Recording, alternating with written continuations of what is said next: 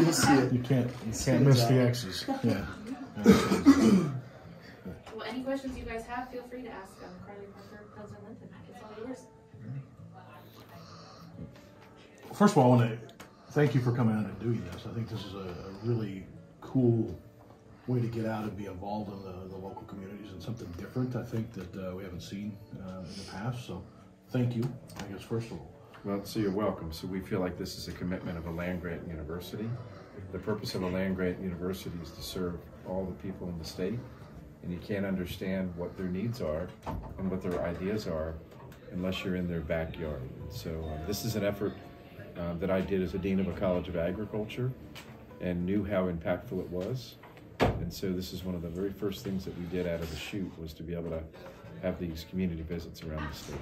Well, I think it's interesting too, because you are an agriculture university. Obviously you have many other programs as well, but as a basis in an agriculture state. But and I think, you know, there's great educational purposes there, but I think what you're learning maybe in this trip, and correct me if I'm wrong, is a little bit about how those can be applied locally and how do we make that work for the people out in parts of Kansas. Well, and certainly agriculture is a big piece, especially here in the West, but you know, we hear that there's other community-related issues around healthcare and housing and childcare and elderly care.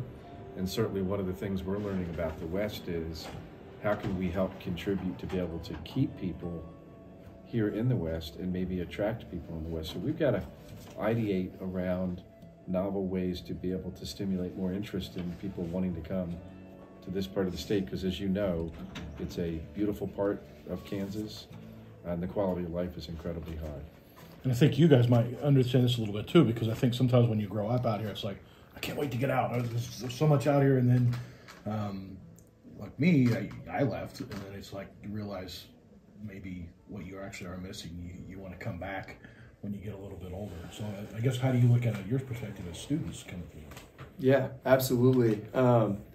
I really appreciated everything growing up in Western Kansas, the community, the values and things, and saw a lot of those things reflected in K-State. That call it the K-State family out in Manhattan, and it's really cool to be able to be a part of that. But you're absolutely right. I was excited to get out, try something new. I shared earlier, I graduated high school with pretty much the same 55 kids I went to preschool with. I never really had the opportunity to get outside my comfort zone, do new things, meet new people. And K-State is a really cool place that it brings the values, the community in that aspect, but it's huge. You can do cool things, new experiences. But ultimately, I think it's opportunity in Western Kansas that's going to bring me back. It's the quality of life and things like that. And that's the story that is us from Western Kansas. We need to be able to share that as communities. Absolutely. I agree with everything Parker said. You know, in Saney, I grew up with the same 16 classmates from preschool until I graduated, and I was one of those people that was very antsy to get out. Like, St. Francis is so small, I was ready to experience something bigger and to learn more things. And while I'm glad I did, and I'm very thankful, but that made me realize just how thankful I am, how I grew up, like where I'm from, all of those opportunities, and what that taught me as well. What you know, making this turn, I know you guys have been in Garden City and Dodge City. We have radio stations there, so I know we've kind of been out and talked to each other there. But what are some of the things that maybe have surprised you on this trip? I know you kind of come in with some things that you want to talk about and learn, but I think what have maybe been the biggest surprises in talking to people? I think my biggest surprise is we haven't done this in a long time. We may not have done this ever as a full holistic group that represents the president, the chief of staff, the provost office, student life, diversity, equity, inclusion, and belonging, leadership studies, and extension. And what I've been really surprised at is how much passion is out there to want to do more and to be able to want to partner and work together. So with that passion and that interest in wanting to partner, we got to find ways to be able to make that happen. You know, I know that we're deeply enrooted in the great work that's been done in research and extension for the past 150 plus years. But I think we also need to think about what are the current needs of communities. That's the role of extension, that's the role of a land-grant university. Listen to what the people want in communities and deliver on what they need to improve the quality of their life. So it'll be our challenge to be able to figure that out as we go through a strategic planning process and work better with our communities. But that resilience and passion and incredible people all throughout Kansas has been my biggest, very pleasant surprise. I know part of your trip out here has been talking to people like we had today and prior to this little sit down, but I know another part of it is actually talking to some of the educators out here, because when we talk about needs that we need as a community out here, they're living it here with the local community colleges and vocational schools, and you know, Dr. Shears in Goodland, and of course Seth Carter. I know you're meeting with Dr. Carter later today. So tell us a little about that part of it, and what you're learning from the schools, and what you can do in partnerships with the junior colleges and other secondary schools in Kansas. So we realize that this is a really important time in higher education, and I think we need to do everything we can to be able to talk about the value of higher education. We need to learn what's going on in high schools, so we're interacting with high schools. We need to learn what's going on with community colleges, and instead of working against each other, we need to work with each other. So if there's opportunities for us to be able to partner with community colleges and help them with two-year degrees, with perhaps instruction from our extension and research staff that are local, then we need to find a way to be able to do that. If there's opportunities to develop 2+2s where they could start here and end on Manhattan to be able to get a 4-year degree, that's another opportunity. I think we need to think outside of the box and think about what's ahead of us 10 years from now, and instead of react to those needs, be proactive and develop programs and partnerships to get us there. I would love to know when this timeline, what are y'all looking at? When are these changes going to be implemented? When are you coming back, type of thing? Yeah, so this is my 3rd trip to Colby in a year and a half, which is pretty good. I've been to Dodge City 4 times and Garden City 2 times as well. So that commitment to reaching out and listening has started and will never change as long as I'm president and I have the team that's with me. When you talk about when are the changes going to happen, so we're going through a strategic planning process right now called the Next Generation Land Grant. And we're asking, what does our future need to be around our students and outreach and engagement and research?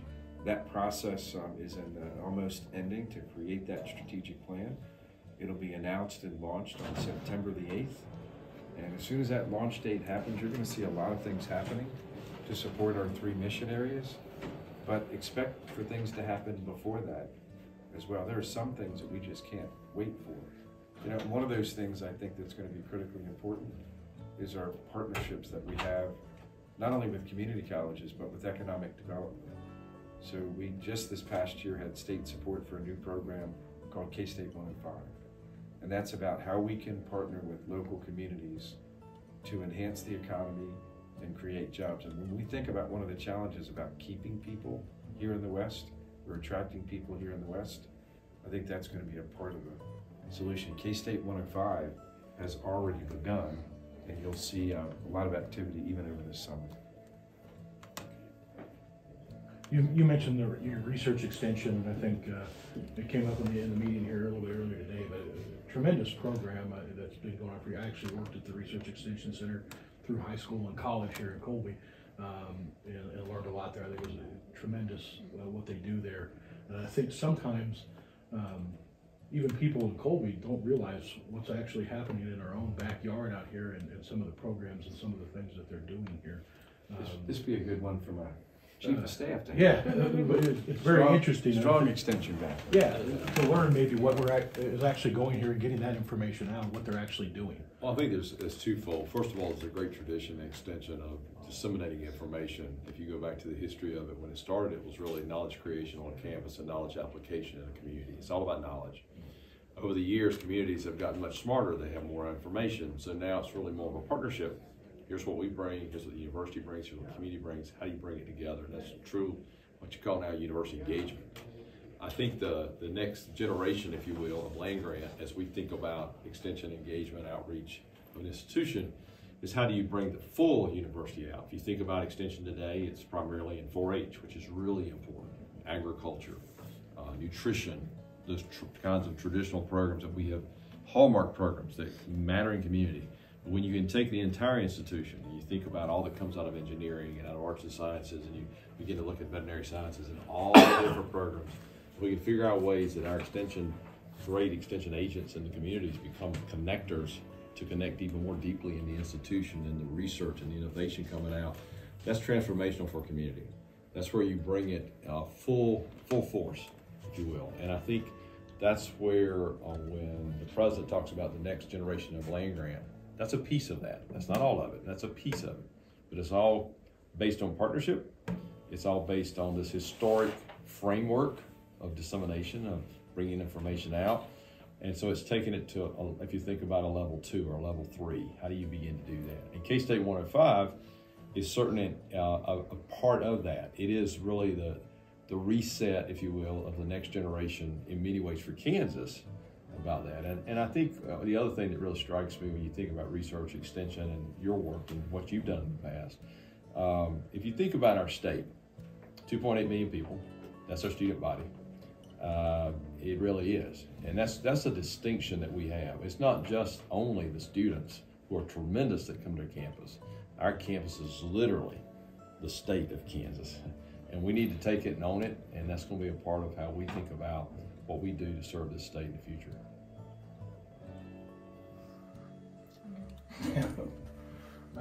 Again, I just appreciate you guys coming out here. I think this is interesting. We look forward to seeing you guys come back again. Well, we're happy to be here, but at the end of the day, it's about these two people right here. These are the ambassadors and leaders of the future, and this is our most important and proudest output at the university. This is where we make an impact right here. We make an impact right here for the next 35 years, and it's a domino effect because they are involved and engaged in the next generation.